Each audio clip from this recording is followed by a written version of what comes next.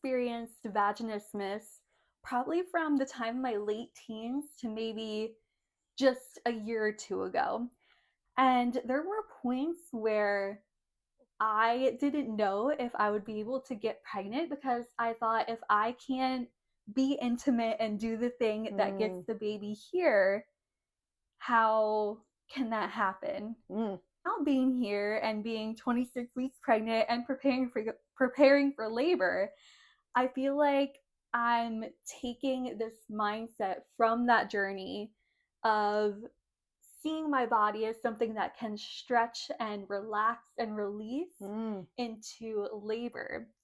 So I want to talk about what similarities there are between feeling comfortable with who we are, naked, vulnerable, in an intimate space, and when we go into labor and postpartum. I think you probably have better answers. I have a question. How did you get to where you are? Knowing all the things that you just shared and being 26 weeks pregnant, I mean, that's a big, from what you shared to where you are, I mean, I want to know, how did that happen? Like, what did you use to get there? For me, there was a lot of somatic rehearsal, I'll call it. So I feel like I was able to get to the place of being intimate from not just doing breath work or affirmations in regular everyday life, but actually having tools like a yoni egg or a yoni wand to help me level up, if that makes sense. Yeah.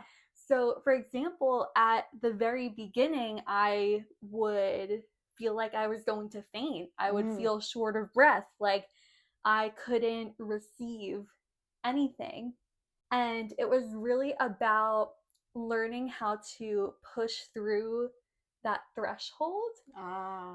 And a lot of it had to do with learning how to settle back into my heart instead of bringing the breath up and like, you know, that feeling of being lifted, but in a way that's super uncomfortable. I had to learn how to sink down, how to bring the breath down and to feel anchored in my body rather than trying to come out of it. Yeah.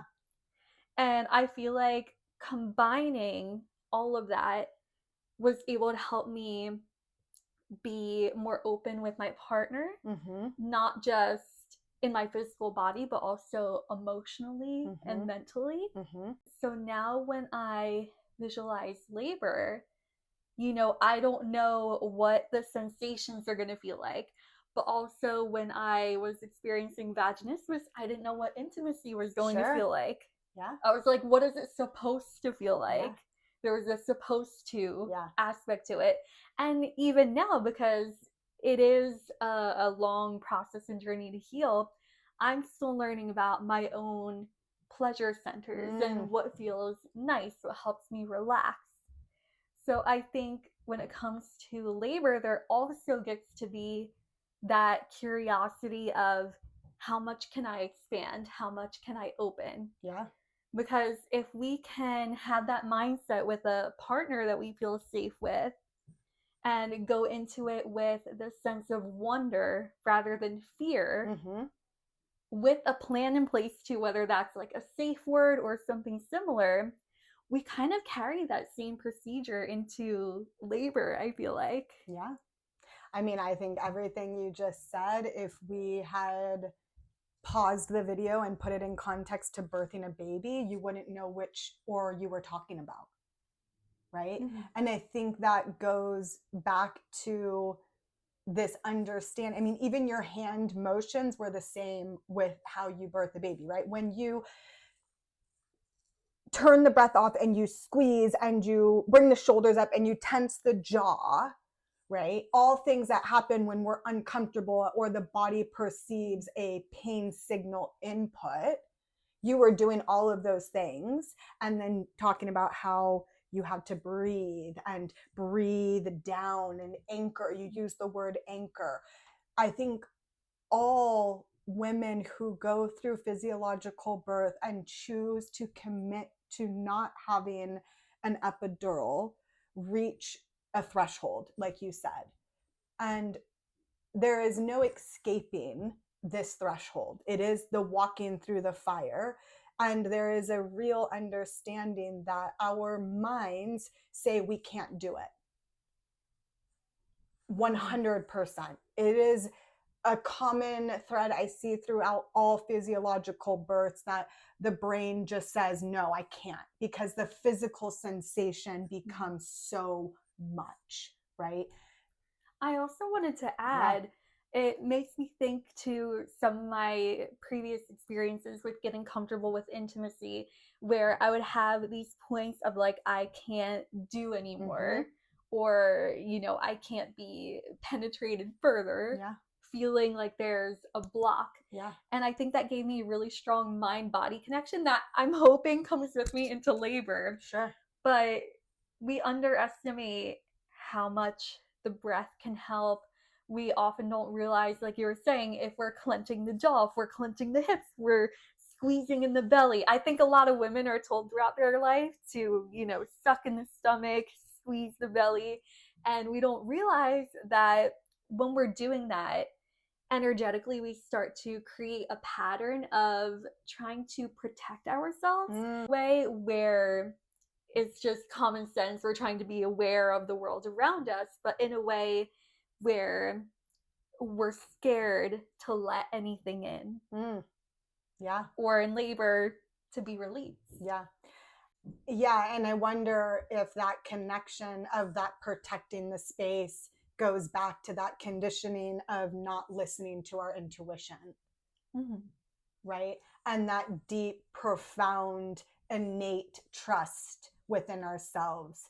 And, you know, every woman experiences pregnancy and birth differently.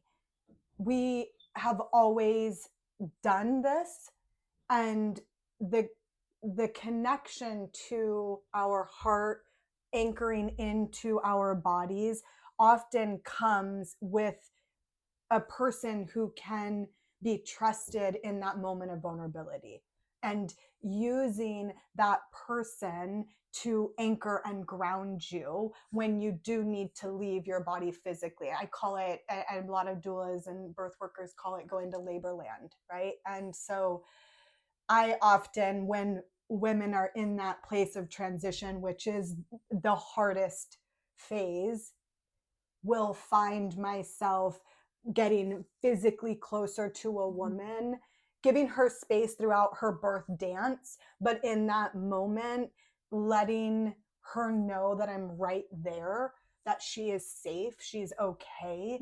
It might be a touch on the shoulder, it might be a grabbing of the face, or even forehead to forehead. I'm a jaw clencher, so I might need that. I mean, it's all these, and it's these reminders of cueing the body and also co-regulating together. When your breath and you're so physically expanded, often your breath is the first thing to go. And so having somebody next to you to